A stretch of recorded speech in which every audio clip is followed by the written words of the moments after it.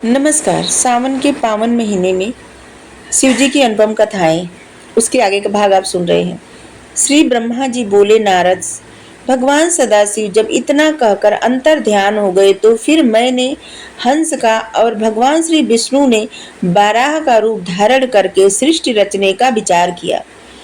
भगवान श्री विष्णु भी अंतर ध्यान हो गए, ब्रह्मांड से निकलकर बैकुंठ में चले गए। उनके जाने के पश्चात सबसे पहले मैंने भगवान श्री सदाशिव और श्री विष्णु जी का ध्यान करके जल का निर्माण किया। उस जल में फिर अंजलि जल डालकर मैंने उस जल में 24 तत्वों वाला एक अंडा प्रकट किया, जो कि विराट हो गया। उसके विराट होने पर मेरे मन में संशय उत्पन्न हुआ। मैं फिर 12 वर्ष तप करता रहा। इस तप से मैंने केवल भगवान श्री विष्णु का ध्यान किया। 12 वर्ष के पश्चात भगवान श्री विष्णु ने प्रसन्न होकर मुझको साक्षात दर्शन देकर कहा, ब्रह्मा, वर मांगो। भगवान सदाशिव की कृपा से सब कुछ दे सकता हूँ। इस पर मैंने उनसे कहा, हे प्रभु, जो कुछ भगवान श्री सदाशिव का आदेश है वही मैं आपसे मांगूंगा। निवेदन है कि यह जो 24 तत्वों वाला अंडा है, यह जड़ दिखाई देता है। आप इसको चेतना प्रदान कीजिए। मेरी इस प्रार्थना पर भगवान श्री विष्णु उस अंडे में प्रविष्ट हो गए। उनके उस अंडे में प्रविष्ट होने के पश्चात उनमें से सहस्त्रों सिर, नेत्र और चरणों सहित अव्यय निकले और उन्होंने समस्त पृथ्वी को घेर लिया। भगवान श्री विष्णु सातों लोकों के अधिपति हो गए। भगवान सदाशिव ने इनको कभी नष्ट न होने वाले कैलाश पर स्थान दिया। अब मैं सृष्टि रचने लगा। पहले पाप सृष्टि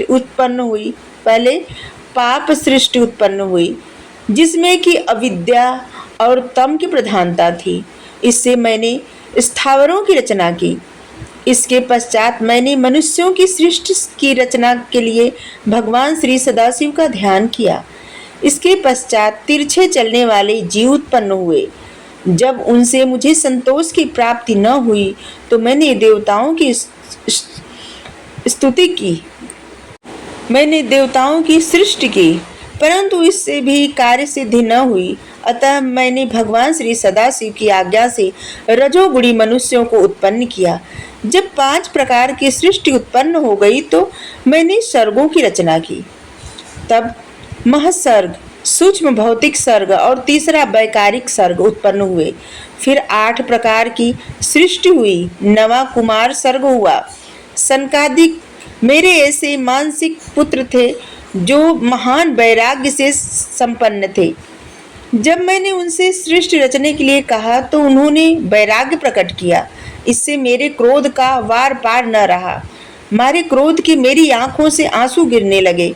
मुझे रोते धोते देखकर भगवान श्री विष्णु ने मेरे पास आकर मुझे समझाया कि इस प्रकार रोने से काम न चलेगा, बल्कि तुम भगवान श्री सदाशिव की तपस्या करो। भगवान श्री सदाशिव की कृपा से मेरे मन में विचार उत्पन्न हुआ कि यदि भगवान श्री सदाशिव स्वयं मेरे पुत्र बनकर अवतार धारण करेंगे तो सृष्टि की उत्पत्ति का कार्य भली भांति संपन्न हो सकता है। यह विचार करके मैंने उग्र तप किया, जिसका परिणाम यह हुआ कि भगवान श्री सदाशिव मेरी भौहों के मध्य से प्रकट हुए।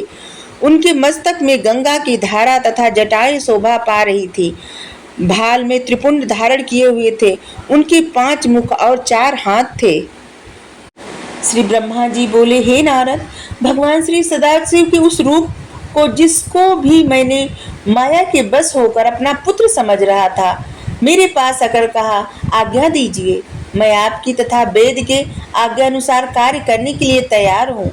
भगवान श्री सदाशिव जी के यह वचन सुनकर मैं अत्यंत प्रसन्न हुआ।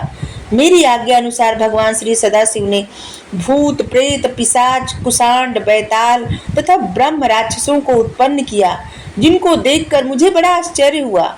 और मैंने उनसे कहा कि कुपुत्रों को तुम अभी नष्ट कर दो और श्रेष्ठ पुत्रों को उत्पन्न करो। मेरी बात सुनकर भगवान श्री सदाशिव ने कहा, नहीं, मैं ऐसी सृष्टि उत्पन्न नहीं करूंगा जिसको मरना जीना पड़े। उनको आप स्वयं ही उत्पन्न कीजिए। उनसे जो प्राणी चिंताओं को त्याग कर परमानंद में मग्न होंगे, उनको मैं मोक्ष प्रदान करूंगा। इस प्रकार कहकर भगवान श्री सदाशिव ने अपनी माया को खींच लिया। तब मुझे ज्ञात हुआ। फिर मैंने नतमस्तक होकर उनको प्रणाम किया।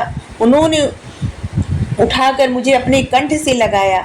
उसी समय सनक आदि ने आकर उनको प्रणाम किया और स्तुति करने लगे। भगवान सदाशिव ने मुझे सद्बुद्धि प्रदान की और इसके पश्चात नील लोहित भगवान शंकर अंतर ध्यान हो गए और अपने लोक को चले गए। इसके आगे कल। Thank you. राधे राधे।